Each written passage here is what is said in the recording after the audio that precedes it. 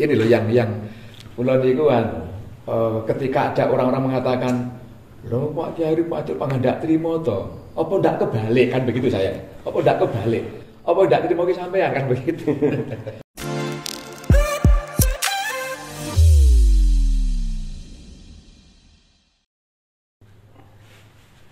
Assalamualaikum warahmatullahi wabarakatuh.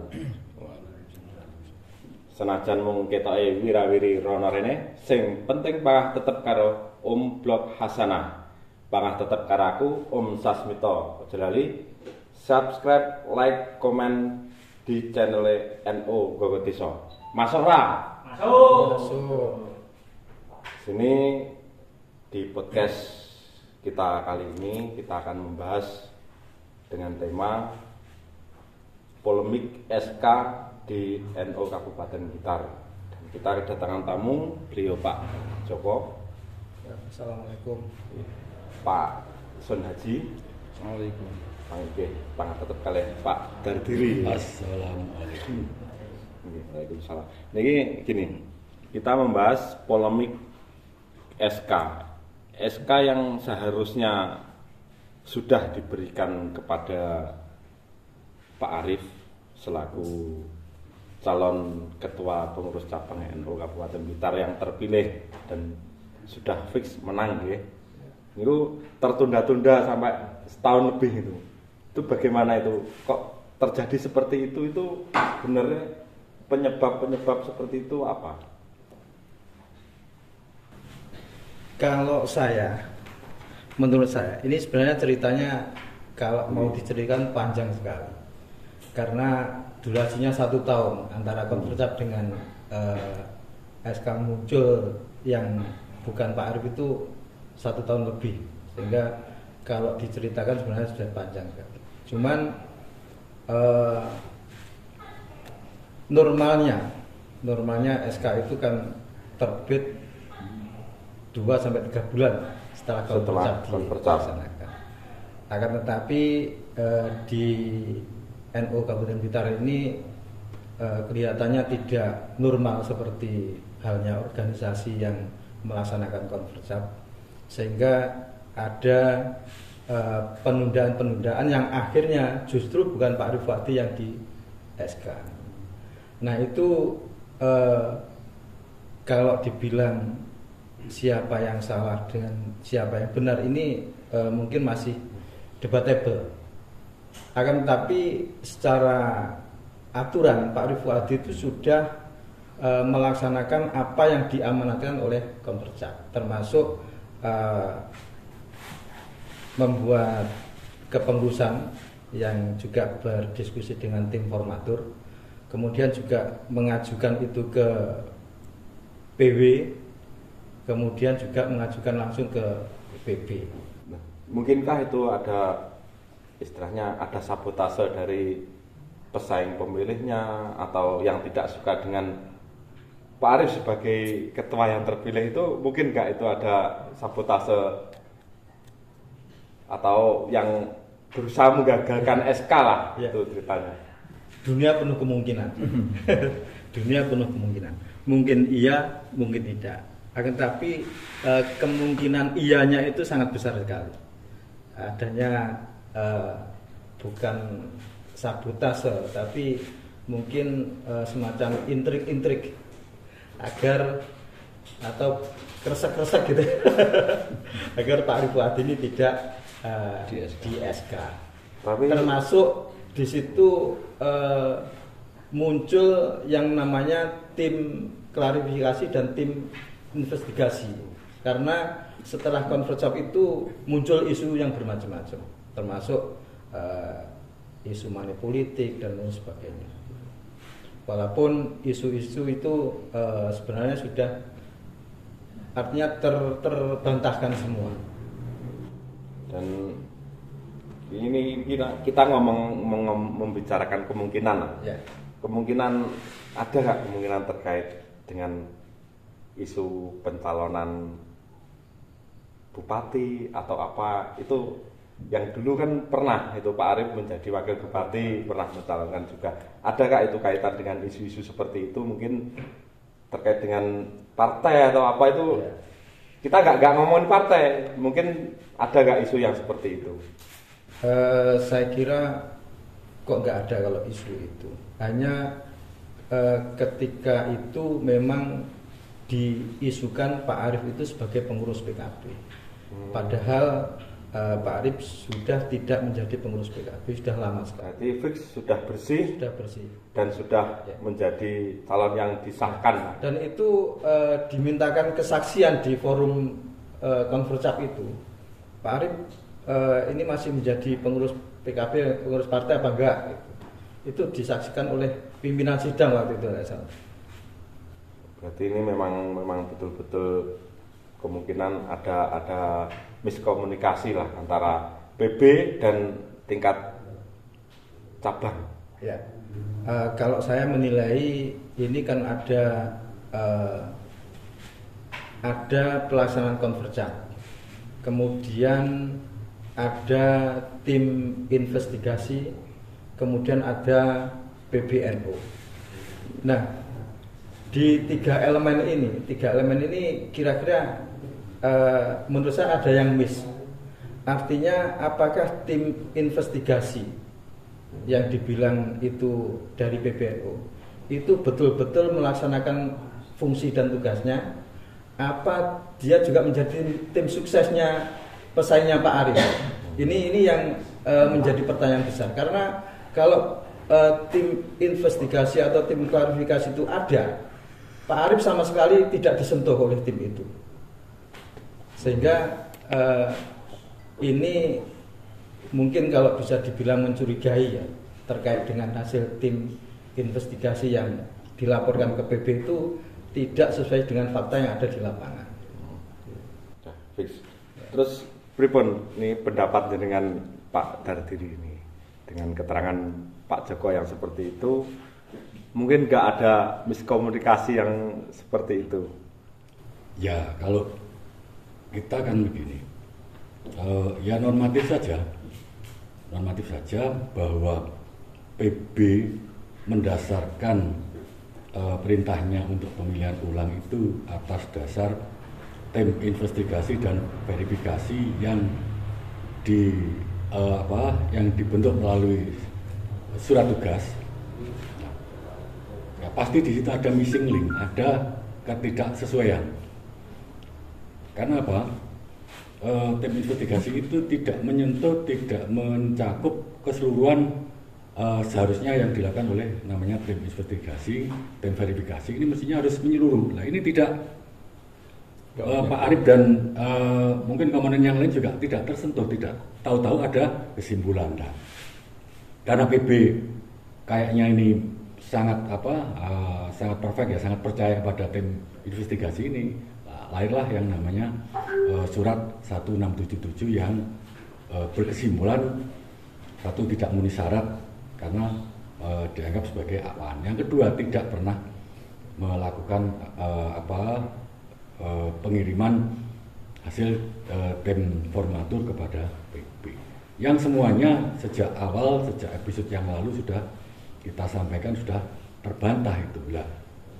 Terbantahnya itu memang sudah disampaikan, dikirimkan itu hasil formatur. Iya.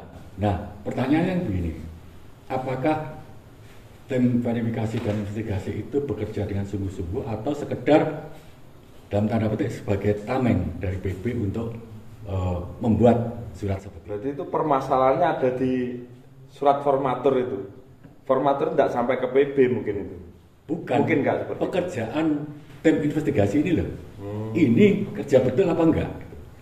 Karena kalau kerja betul, pastilah dicek di PB sudah masuk apa belum. Masuk. Berarti memang bukan murni kesalahan PB.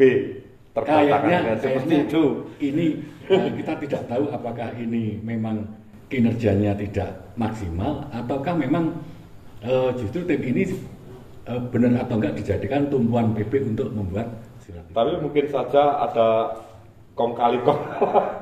Saya bilang tumpuan. Ya, kemungkinan Jadi, seperti itu. Bekerja atau tidak, tapi menjadi tumpuan karena di surat itu jelas bahwa surat itu berdasarkan hasil dari tim investigasi.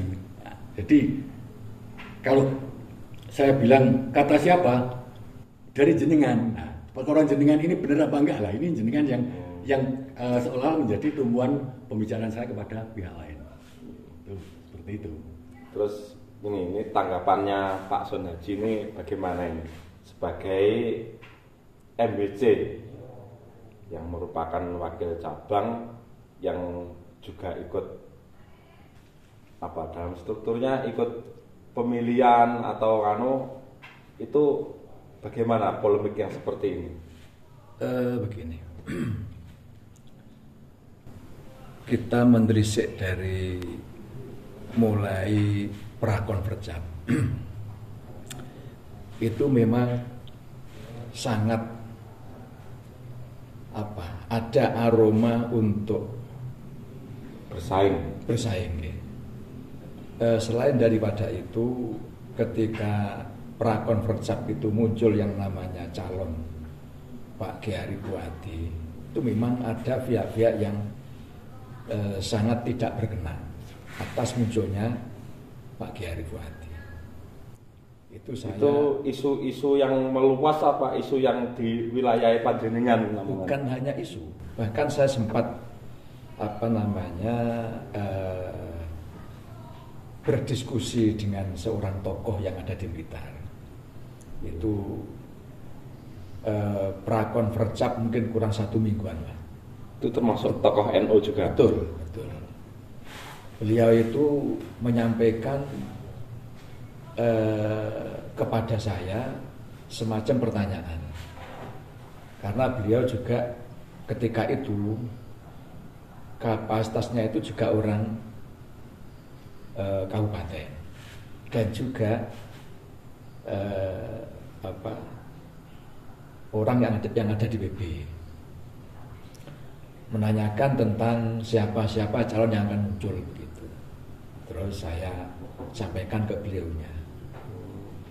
Beliau menjawab, kalau ini begitu. Jadi ini termasuk yang masuk dalam kandidat itu, yang dibicarakan itu, tanpa menyebutkan nama. Iya. Sampai-sampai beliaunya itu mengatakan, kalau menurut saya calon yang layak untuk memimpin Blitar itu calon ini begitu, inisial S. Akhirnya tuh sempat saya sampai mendatangi beliaunya, cuman beliaunya yang disampaikan oleh tokoh Blitar yang katanya sangat layak untuk memimpin Blitar ini, beliaunya saya sowani, beliaunya tidak mau. Terus ketika saya menyebutkan calon ini termasuk Pak Kiai Buati, beliau menyampaikan, kalau itu sangat tidak layak. Gitu. Dari titik itulah kemudian perjalanan terus berjalan. Saya agak sedikit bisa menyimpulkan bahwa memang sudah ada upaya. Begitu terjadi pelaksanaan konverjap, kemudian dalam proses konverjap itu muncul Pak Kiai Buati dengan suara mayoritas, kemudian disepakati aklamasi. Ini kelompok-kelompok itu terus berupaya sekuat tenaga, berbagai macam cara, bahkan mungkin mencari-cari alasan yang dibuat-buat untuk bagaimana untuk menghasilkan Pak Arif maju sebagai kandidat, tidak mendapatkan SK. Ini memang upaya yang masif betul itu. Dan ternyata sesuai dengan harapan mereka itu. Mereka seperti ini. Hari akhirnya carut marut yang seperti ini. Kemudian gini, ketika SK yang terbelit-belit sampai mundur-mundur sampai 1 tahun, itu apa yang dilakukan untuk memperjuangkan SK itu? Maksudnya untuk Pak Arif sendiri. Pak Arif sendiri itu apa? Mengajukan banding, mengajukan minta SK untuk diberikan, atau apa reaksi Pak Arif? Sepengetahuan panjenengan ini. Ya. Barangkali saya berbicara dari perspektif lain ya. Perspektif lain. inilah barangkali yang membantah isu atau bulian yang dilemparkan beberapa teman bahwa Pak Arif dan kawan-kawan dalam hal ini ambisi dan ora trimo. Ini terbantahkan dengan itu. Karena Pak Arif bisa dikatakan sama sekali tidak mereaksi untuk menggugat ataupun barangkali mungkin juga demo ke PB terkait agar diturunkan SK itu. Akan tapi malah justru dari kami yang pernah melakukan bahkan pernah mendaftarkan gugatan itu ke pengadilan negeri. Berarti memang atas inisiatif warga NU khususnya Kabupaten Blitar. Sehingga Pak Arif lebih memandang bahwa ini adalah NU, bukan partai politik. Sehingga perlakuannya pun itu harus dibedakan. Walaupun sebenarnya itu sah-sah saja ketika menggugat. Sah saja, dan itu layak untuk digugat sebenarnya. Layak untuk digugat. Memperjuangkan haknya yang sudah terpilih secara aklamasi. Kemudian SK tidak diterbitkan, justru malah muncul agenda lain, termasuk mungkin muncul pilihan ulang. Nggak tahu pilihan ulang itu keabsahannya seperti apa, kita juga karena ini kalau dilihat dari prosesnya ini saya tetap menganggap PU itu tidak sah. Dan Pak Arif pun juga tidak mengajukan, walaupun itu memang menjadi hak beliau untuk mengajukan, beliau mengambil langkah untuk diam. Pak Arif sebenarnya sudah banyak melakukan komunikasi. Ini hanya barangkali tanggung jawabnya Pak Arif sebagai ketua terpilih, komunikasi ke Sekjen, minta waktu untuk ketemu, tapi Sekjen tidak pernah memberi waktu untuk ketemu Pak Arif Fuadi. Kemudian juga ke PBNU sekaligus menyerahkan berkas-berkas itu jauh sebelum surat edaran itu turun. Mungkin enggak kalau dari forum warga NU ini mengajukan banding. Misalnya kalau di pemilihan umum itu ada di MK Pak Dardiri itu ada di MK. Kalau di NU itu apa ada yang seperti itu? Di NU itu katanya itu penyelesaian masalah itu ada yang namanya majelis tahkim. Majelis tahkim itu adanya di itu setingkat dengan MK itu kalau di secara umum itu keputusannya final, tidak bisa digugat dan tidak bisa dibanding, mengikat, bahkan tidak bisa menurut aturannya tidak bisa digugat di pengadilan negeri katanya. Itu kami melakukan itu, bukan Pak Arif Fuadi. Kami melakukan itu ke majelis tahkim, ke PBNU. Yang anehnya ketika kami masuk di situ, kemudian di lantai bawah itu ketemu yang namanya resepsionis. Waktu itu dengan Pak Son, cewek. Itu nggak ngerti namanya majelis tahkim, nggak ngerti. Lucunya di situ. Padahal yang didengung-dengungkan, yang digembar-gemborkan bahwa ada tempat untuk menyelesaikan masalah di internal NU, yaitu majelis tahkim. Jadi ketika berangkat ke PB itu tidak ada majelis tahkim. Majelis tahkim nggak ada, bahkan ruangannya nggak ada. Ruangan majelis tahkim itu tidak ada ketika saya ke sana. Padahal semestinya ada itu. Semestinya ada. Kemudian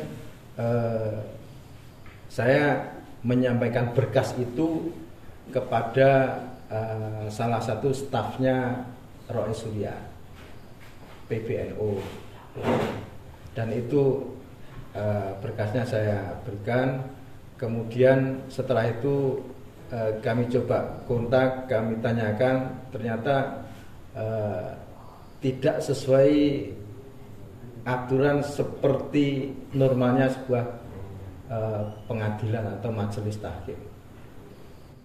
Terus ini gini, kalau kita lihat yang seperti itu sudah berusaha masuk ke ranah PB, masuk untuk memperjuangkan hak-hak sebagaimana yang diceritakan tadi. Mungkin nggak kita kalau misalnya ada pertemuan forum MBC Kabupaten Blitar itu kumpul terus membicarakan masalah ini, pernah nggak ada yang seperti itu? Mungkin nggak ketika itu diadakan. Pertemuan-pertemuan itu dilihat dari aklamasi itu tadi kan banyak yang memilih Pak Arief.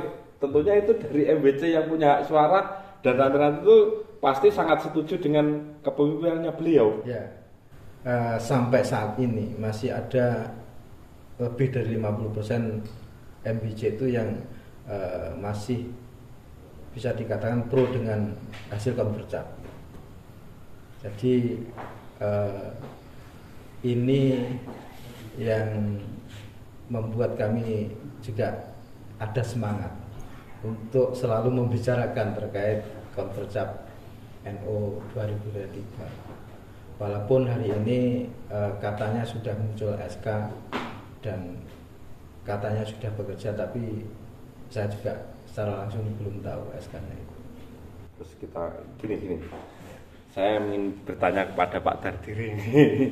Kalau remen Pak Dardiri itu terenten, beliau termasuk dosen juga. Saya cuma mungkin nggak ketika forum MWC sekabupaten Blitar itu kumpul terus menyuarakan satu istilahnya apa ya, tabayun lah, bagaimana memperjuangkan SK dari konverjap itu, adakah itu landasan hukum untuk naik untuk memperjuangkan itu, untuk membatalkan PU yang kata-katanya ini sangat membingungkan ini, sangat janggal ini.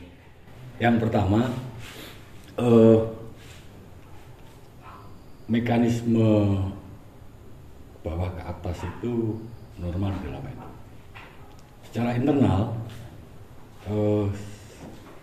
kalau SK itu berjalan dan kemudian tidak sesuai dengan kinerja, tidak sesuai dengan tugas dan sebagainya, ini memang ada hak untuk melakukan mosi tidak percaya.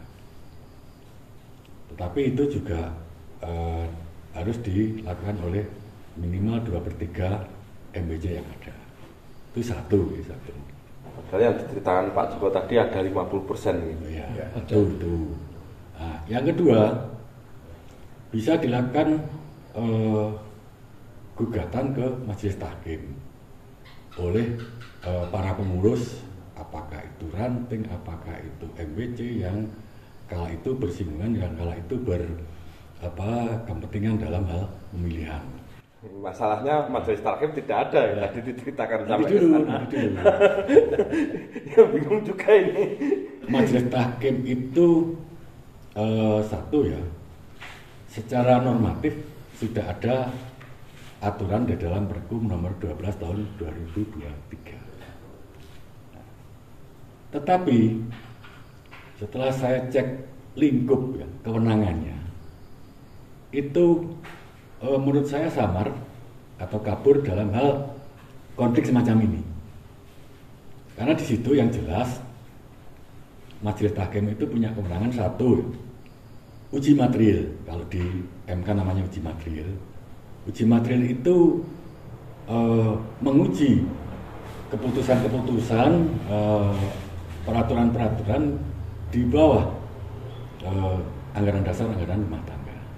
Apakah itu diterbitkan oleh PP, oleh PW, ataukah oleh PC. Satu itu. Yang kedua, itu berkaitan dengan perselisihan antar pengurus, baik di semua tingkatan maupun antara pengurus NU dengan badan otonom. Yang keempat, perselisihan antar pengurus badan otonom. Nah, saya melihat dari 4 kewenangan ini, masalah ini kan mau dimasukkan kemana ini juga tidak ada pintunya. Skupnya ya, jadi semua itu kan kalau orang bicara satu masalah itu kan ada definisi, ada ruang lingkupnya, ya. Ada apa itu jenenge? Ada kamarnya. Ada apa namanya kalau di kitab itu ada takrifnya ya. Ada takrifnya itu. Nah, ini saya lihat tidak ada. Nah, oleh karena itu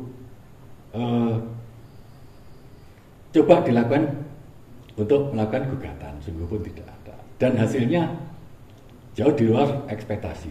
Artinya begini, kalau melihat mekanisme di ketentuan Pergum nomor 12 tahun 23, itu kan harus disidangkan. Nah, pertama didaftarkan oleh yang berkepentingan, didaftarkan. Kemudian kalau belum lengkap, ini oleh sekretariat harus diberitahukan supaya dilengkapi dalam waktu 7 hari. Nah, setelah itu baru disidangkan. Nah, sidang itu tentu ada dua. Satu, menyatakan bahwa kami tidak kompeten karena tidak masuk ruang lingkup, atau kami kompeten kemudian melanjutkan materi persidangan.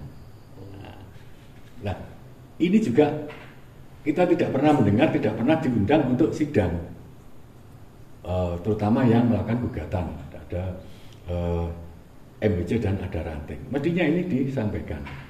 Kalaupun misalnya, kami tidak berkompeten, disampaikan keputusannya. Kalau misalnya berkompeten, lalu pemeriksaan perkara, terus keputusannya kayak apa dilakukan. Nah, kemudian kalau tidak kompeten, lalu siapa yang berkompeten? Ya tentu pengadilan lain. Bisa saja dalam hal ini adalah pengadilan negeri. Karena kalaupun kita dengar dari PB ada disampaikan bahwa majelis tahkim itu keputusannya final dan mengikat. Tidak. Nah, tunggu dulu kalau secara teori hukum tunggu dulu.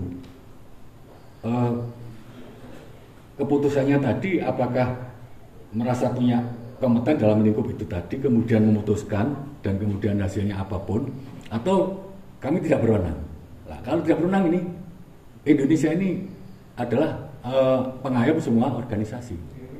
Hanya NKRI ini menjadi bagian besar, rumah besar dari seluruh kebutuhan dan kepentingan masyarakat Indonesia, termasuk kepentingan hukum. Sehingga memungkinkan ketika majelis tahkim ini tidak memutuskan sesuatu, bisa dibawa ke pengadilan negeri.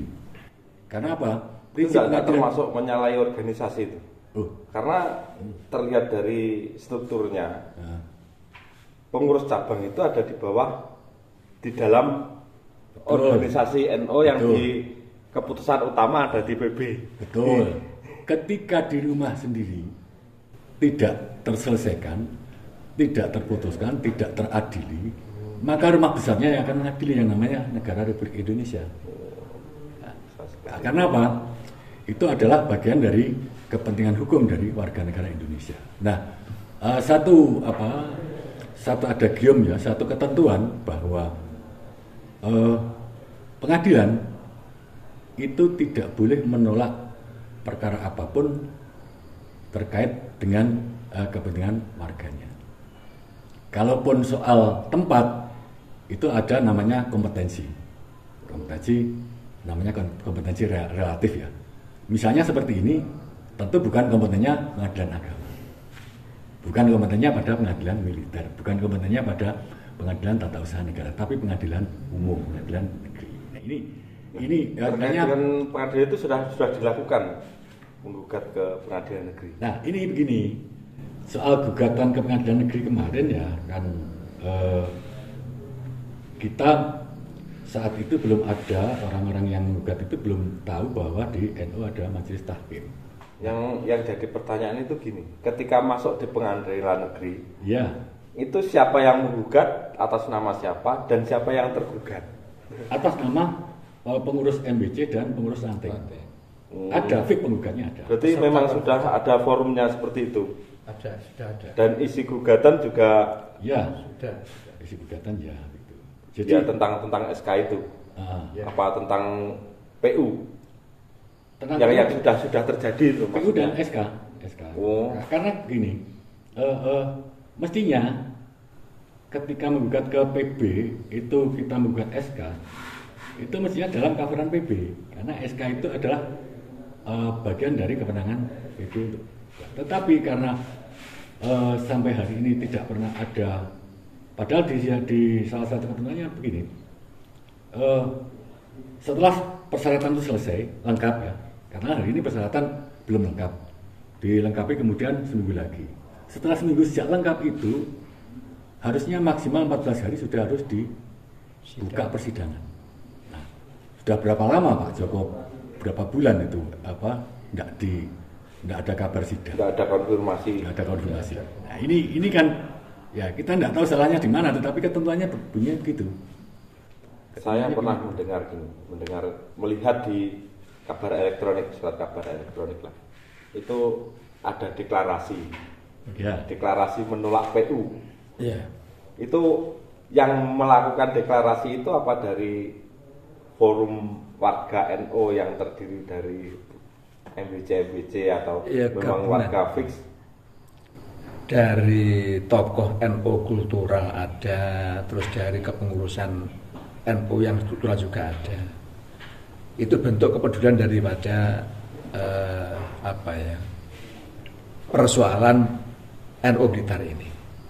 Artinya begini, mumpung nyambung ini tadi kan Pak Joko kan menyampaikan tentang apa nggih? Sebentar ya tentang hukum mau dikirim. Lo tertarik dengan Pak Arif Bupati kan semacam mendapat bulian bahwa beliau seakan-akan di framing beliau tidak bisa menerima kenyataan gitu. Kok panggah tidak terima gitu. Menurut saya kok malah terbalik tuh. Terbaliknya begini. Ketika proses konvercap itu semua pengurus NU yang terlibat dalam konvercap itu menyatakan konvercap itu dari awal berjalan lancar, mulus, tidak ada kendala apapun, tatib juga tidak ada yang dilanggar. Terus kemudian muncul salah satu calon dengan dukungan suara mayoritas.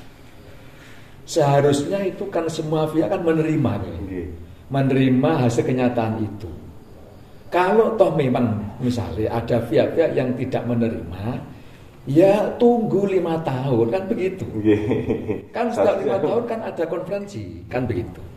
Ini loh yang Pulau Nikuan, ketika ada orang-orang mengatakan, loh Pak Kiai Pak Cuk ndak terima toh, apa ndak kebalik kan begitu saya, apa ndak kebalik, apa ndak terima ki sampean kan begitu. Seharusnya kan yo itu diterima dengan kenyataan Pak Kiai Bupati itu dalam forum konversap itu ternyata mendapat dukungan suara mayoritas, kemudian aklamasi sepakat, ya harus diterima. Kalau ada pihak-pihak yang belum menerima, itu memang ya dinamikanya konvercap seperti itu. Lah seharusnya bagaimana? Ya tunggu 5 tahun ke depan. Setiap 5 tahun ke depan itu pasti ada konferensi lagi. Orang kok terus berupaya untuk bagaimana menggagalkan Pak Arif Bupati untuk tidak di SK. Yang akhirnya lahir deklarasi itu. Betul. Deklarasi Itu mungkin seperti itu menambahkan Pak Joko tadi. Jadi menurut saya kok terbalik ketika orang mengatakan Pak Kiai Bupati kok tidak gelem menerima atau kok tidak menerima kenyataan. Ini mengganggu mah terbalik.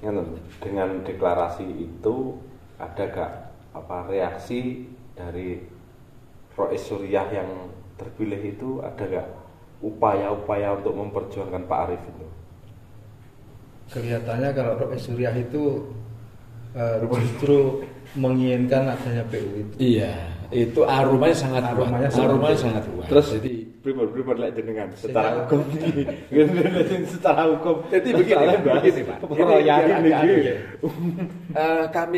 Kami itu mencermati, mengamati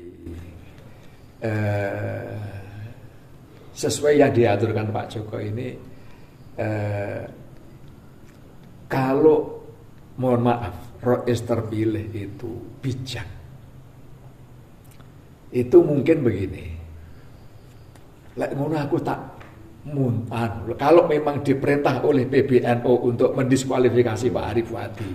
Padahal pas hari H konvercap itu begitu Pak Arif Bupati itu mendapat dukungan suara terbanyak mayoritas, kemudian dimintakan restu tenggene Rois terpilih. Beliau merestui menerima. kemudian kok selang satu tahun lebih ini, kok terus tiba-tiba mau melaksanakan perintah PBNU untuk mendiskualifikasi. Ini kan sangat sangat mengejutkan bagi kami. Jangannya punya hak untuk menolak, iya itu. Waktu itu ya. Waktu konferensi cap itu memang punya hak untuk tidak menerima, tidak merestui, punya hak itu. Tapi saat itu menerima, merestui. Setelah 1 tahun mendiskualifikasi. Ini kan belum pernah mendiskualifikasi Pak. Berarti walaupun diperintah oleh PB untuk mendiskualifikasi Pak Arief itu sampai sekarang itu belum pernah dilakukan oleh Rois Surya. Belum tidak merasa didiskualifikasi. Sebenarnya secara de facto ini ada ketua ganda di NU kita. Jadi secara yang seharusnya itu kan kalau PU sudah terjadi, sudah ada SK, diskualifikasi itu sudah ada suratnya itu. Seharusnya seperti itu, tapi itu tidak ada. Yang bersangkutan katanya belum menerima surat juga. Dan tidak pernah diajak bicara terkait PU itu Pak Arief Wadi. Jadi kalau misalkan dibilang saya menambahkan alasan kenapa saya mengatakan Rois Surya juga tidak kelihatannya ingin PU itu. Karena kalau melihat sebenarnya kalau mau membaca surat edaran yang ditujukan kepada beliau, ini kan beliau bisa menjawab bahwa surat ini tidak benar, termasuk dikatakan Pak Arief Wadi tidak memenuhi syarat, belum pernah menjadi pengurus harian di tingkat cabang. Itu waktu Rois Surya hari ini yang terpilih hari ini menjadi katib waktu itu Pak Arief wakilnya. Pakil Katib. Di struktural sudah ada ya, itu. Sehingga kalau beliau tidak tidak tahu Pak Arief pernah menjadi pengurus tingkat cabang, ini lucu. Dan karena wakilnya dia. Itu diperkuat Pak Jokowi. Dan itu diperkuat dengan pernyataan juga ditandatangani oleh beliau sendiri. Bahwa Pak Arief pernah menjadi wakil Katib. Itu yang tanda tangan kalau nggak salah Pak Yaya Ardhani dengan Pak Bahrudin. Waktu itu Pak Bahrudin kalau nggak salah sekretaris PC. Hingga jadi kemulut seperti ini. Iya, lucu kalau ini nggak tahu. Itu kados Rois Surya yang terpilih itu juga menandatangani formatur. Iya. Yang seharusnya kan itu yang membuat formatur diantaranya kan ya tanda tangan surat. Jadi hasil formatur yang dikirim ke PW, yang dikirim ke PB itu ada tanda tangannya Rois terpilih. Mungkin yang memang sebagai ketua formatur waktu itu. Polemik yang terjadi untuk SK ini memang sangat rumit ya. Termasuk bisa yang di dalamnya itu kalau Pak, bagi kami sebenarnya tidak rumit itu. Karena menurut pencermatan kami itu memang betul-betul by design. Mulai dari adanya surat PBNU, kemudian terjadinya pilihan ulang. Pilihan ulang itu pun teman-teman yang terlibat itu mengatakan itu bukan pilihan. Pilihan ulang itu pun juga by design. Coba bayangkan, namanya pilihan ulang katanya. Itu memang sudah disiapkan jago calon dari kelompok versi mereka. Lah versi kami yang dulu menjadi pemilihnya Pak Kiai Arief Wadi itu seakan-akan seolah-olah tidak diberi ruang untuk memunculkan jago. Nah, gini. Untuk yang itu kita bahas nanti session yang akan datang biar pemirsa penasaran tentang proses terjadinya proses PU itu, hasilnya PU nanti kita akan bahas yang selanjutnya. Hari ini kita stop dulu. Kata-kata yang paling indah untuk NU Kabupaten Blitar itu kira-kira apa yang sangat indah, yang mungkin menyejukkan warga-warga NU yang mendengar sedikit cerita tentang Convercap pribadi menurut dengan kata-kata yang paling kalau pas, saya begini. paling indah? Oke. Hargai semuanya itu. Jadi menghargai apa ya, hak-hak orang lain, menghargai proses terjadinya konverjap ini mungkin kok lebih terhormat daripada mencederai. Lek Hakim Jinan Pak dari secara hukum Ya, semua ada mekanisme, ada tupoksi dan ada aturan main. Marilah sama-sama kita pakai aturan main itu agar semua terselesaikan secara porsi dan proporsinya masing-masing. terus kasusnya dengan pripun? Ya kalau saya marilah NU khususnya di Kabupaten Blitar ini kita jaga kebersamaannya. Indahnya kebersamaan. Iya, indahnya kebersamaan. Jadi kalau bisa bersama kenapa harus dipecah? Nah, indahnya kebersamaan dalam berkhidmat di NU mungkin akan tepat merasakan indah pada waktunya Ya, dan barokah pada akhirnya. Amin. Saya cukup kali ini. Mohon maaf apabila ada salah-salah kata. Saya akhiri. Wassalamualaikum warahmatullahi wabarakatuh. Waalaikumsalam warahmatullahi wabarakatuh.